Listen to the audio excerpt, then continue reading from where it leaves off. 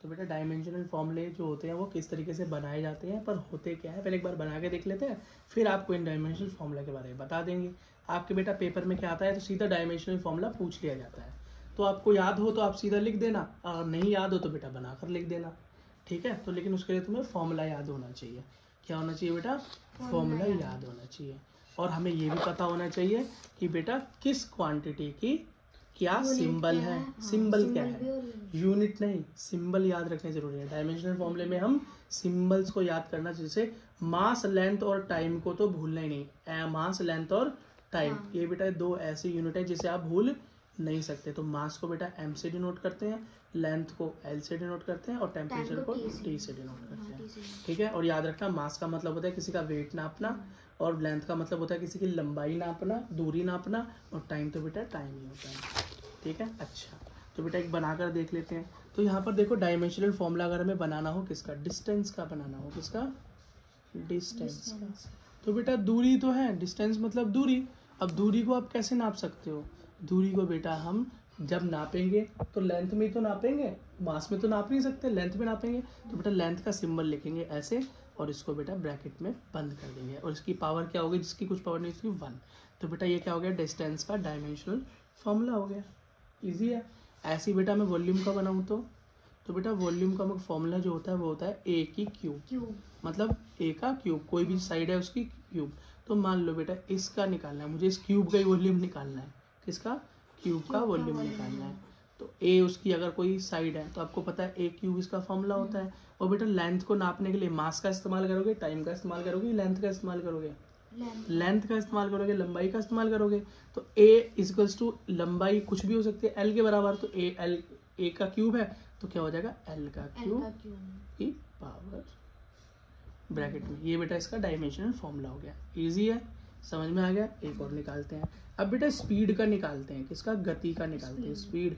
तो वो होती है बेटा डिस्टेंस अपॉन में टाइम।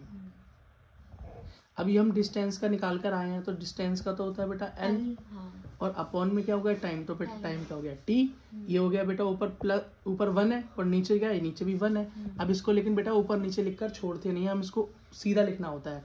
तो बेटा ब्रैकेट में लिखते हैं जो भी हो, एल तो ऊपर है तो एल की 1, और टी को जब मैं ऊपर ले आऊंगा तो बेटा +1 की पावर क्या हो जाएगी, -1।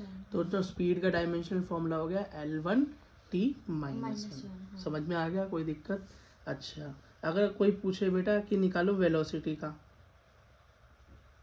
तो बेटा लो वेलोसिटी का निकाल देते हैं। वो होता है डिस्प्लेसमेंट अपॉन में टाइम। हाँ, अपॉन में टाइम।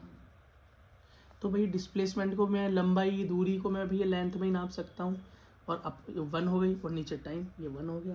तो बेटा ये ऊपर मैं सीधा करूँगा तो ब्रैकेट में एल ऊपर तो सिंगल 1, और टी ऊपर जाएगा तो -1। तो बेटा सेम है ना दोनों की। हाँ, बस अगला देखो बेटा। तो इसे याद ही कर लेते हैं हम, धीरे धीरे क्या करते हैं, करते करते बेटा इसे हम याद ही कर लेते हैं, ठीक है। क्योंकि वहाँ पर हम इस एग्जाम में बेटा इतना टाइम तो खराब करेंगे नहीं, स्पेशली हम नीट दे रहे हो, तो बेटा इतना टाइम तो हम पे होगा नहीं कि हम तो फाइंड आउट करते रहें। तो अगर हम इसे धीरे धीरे करते करते याद कर ले, तो बेटा बैठ के याद करने की जरूरत नहीं है, यूज करते करते याद हो ही जाता है। लेकिन बस बेटा ये तुम्हें कोई नहीं बताएगा कि वेलोसिटी का फॉर्मूला क्या होता है, ये तो तुम्हें याद होना चाहिए। बेटा अगला फॉर्मूला देखो, जैसे कोई फोर्स पूछे, क्या फोर्स, तो बेटा फोर्स का फॉर्मूला होता है मास इनटू एक्सेलरेशन। एक्सेलरेशन मतलब होता है त्वरण। अब बेटा त्वरण का फॉर्मूला पता होना चाहिए, भले एक्सेलरेशन क्या है। तो बेटा मैं एक बार निकाल लेता हूँ, एक्सेलरेशन का फॉर्मूला क्या होता है।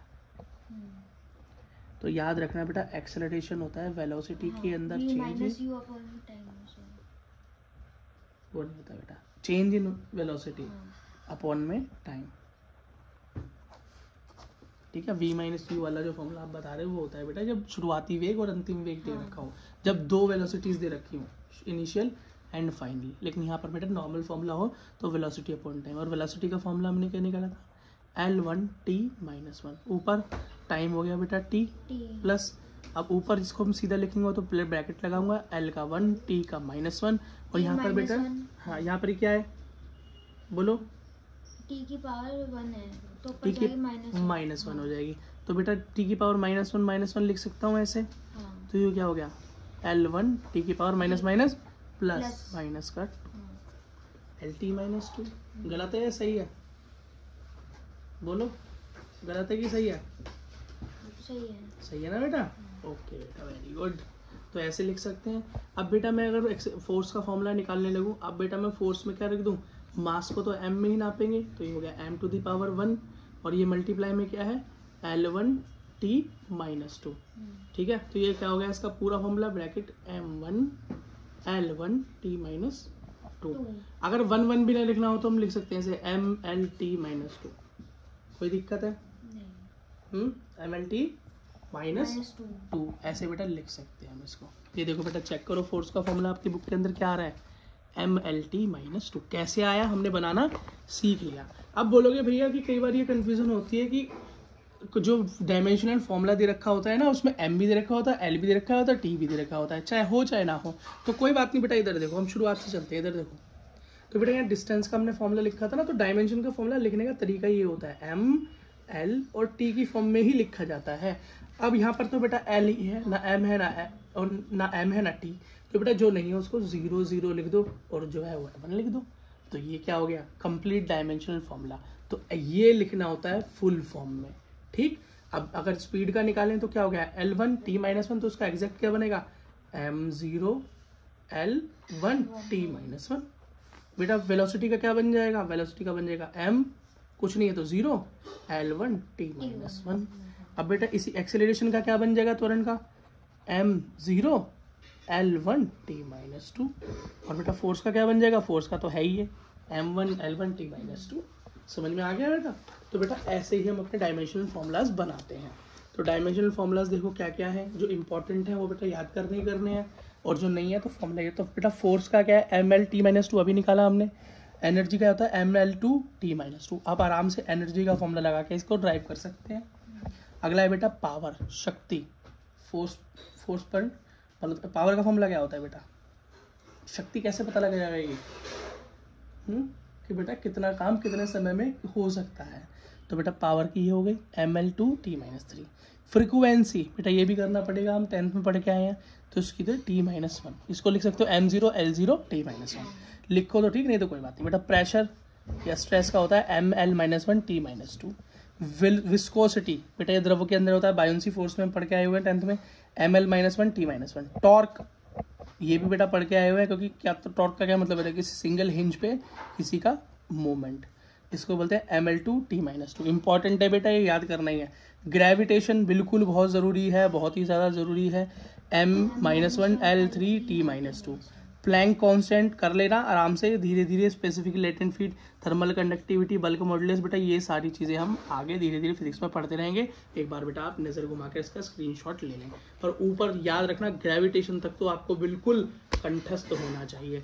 एक बार जरा ग्रेविटेशन वाले फॉर्मूले को याद कर लें, 10वीं क्लास वाले को, उसका भी एक बार निकाल कर देख लेते हैं। तो बेटा ये देखो अच्छा एक चीज़ याद रखना, अगर कोई नंबर हो ना, नंबर जैसे पाई है, थीटा है, डिग्री है, इसका बेटा कोई डायमेंशनल फॉर्मूला नहीं होता है ना, इसका कोई डायमेंशनल फॉर्मूला नहीं होता। क्यों, डिग्री को, थीटा को, पाई को बेटा इसको ना मिनट में, इसको तुम किस में नाप सकते हो, इसको तुम ना मास में नाप सकते हो और ना ही किलोग्राम में नाप सकते हो। अगला देखो बेटा, तो बेटा ग्रेविटेशनल फोर्स का फॉर्मूला होता है F=G M1 M2 अपॉन में R²। इसको ड्राइव कैसे किया था एक बार बताता हूँ। एक बड़ा मास, एक छोटा मास, मान लो ये अर्थ है, मान लो ये मून है, इन दोनों के बीच में कुछ दूरी है ना, तो बेटा उस दूरी का स्क्वायर कर देते हैं। D का स्क्वायर लो, या इसको R ले लो, R का स्क्वायर कर देते हैं। आउट ऑफ फोर्स, और इन दोनों के बीच में कौन सी फोर्स है, ये दोनों को जोड़ के रखती है, ग्रेविटी की फोर्स। बेटा वहीं से ये फॉर्मूला बनता है G। फर्स्ट में ये मान लो M1 अर्थ का मास है और M2 मून का मास है, तो बेटा ये बनता है फॉर्मूला ग्रेविटेशन का, इसका निकालना है। तो बेटा G जो है, G के तो एक सिस्टम वैल्यू होती है, ग्रेविटी की तो वैल्यू होती है, तो ग्रेविटी की जो वैल्यू होती है बेटा उससे तो हमें कोई लेना देना नहीं, उसका तो यूनिट होगा नहीं, तो G को इधर ले आओ, बाकी को उधर ले जाओ। तो M1 M2 अपॉन में R², और क्या हो गया R² मल्टीप्लाई में F, बेटा G उधर चला गया ना, या मैं इसको चाहूँ तो ऐसे भी लिख सकता हूँ, F मल्टीप्लाई R² अपॉन में M1 इंटू M2, कोई दिक्कत नहीं है। अच्छा बेटा फोर्स का फॉर्मूला भी, फोर्स का भी निकाल कर आए हम पीछे। डायमेंशनल फॉर्मूला क्या होता है, M1 L1 T माइनस 2। बेटा R क्या है, मतलब दूरी है, डिस्टेंस है, मतलब लेंथ है, तो लेंथ की पावर 2 है तो L की पावर 2 अपॉन में मास 1 मतलब m, मास 2 मतलब m, ये भी मास दोनों को m में काउंट करेंगे। तो यह क्या हो गया, बेस सेम तो पावर ऐड हो जाती है, 1 पावर है तो हो जाएगा m(L(T)-2 मल्टीप्लाई L² अपॉन में m⁻²। समझ में आ गया। अब 2 है तो एक m से 2m से एक m कैंसिल आउट हो गया, तो बेटा ये क्या बचा अब खाली मेरे पास, ऊपर बचा L(T)-2 मल्टीप्लाई L-2 अपॉन में m, सिंगल बचा। अच्छा अब एक चीज देखो, यहाँ पर L है और यहाँ पे L2 है, तो बेस सेम पावर ऐड हो जाएंगी, तो हो जाएगा L2 + 1 3 T-2 अपॉन में m पावर 1। इसको ऊपर ले आओ क्योंकि सीधा लिखना होता है ब्रैकेट में m, या -+1 है तो ऊपर जाके -1 L3 10 T⁻²। ये हो गया बेटा हमारा ग्रेविटेशन फोर्स का डायमेंशनल फॉर्मूला। लेकिन बेटा मैं चाहूंगा कि आप इसे याद ही कर लेना, ताकि एकदम से इसको इतना लंबा ड्राइव करके टाइम वेस्ट ना हो। ठीक है बेटा।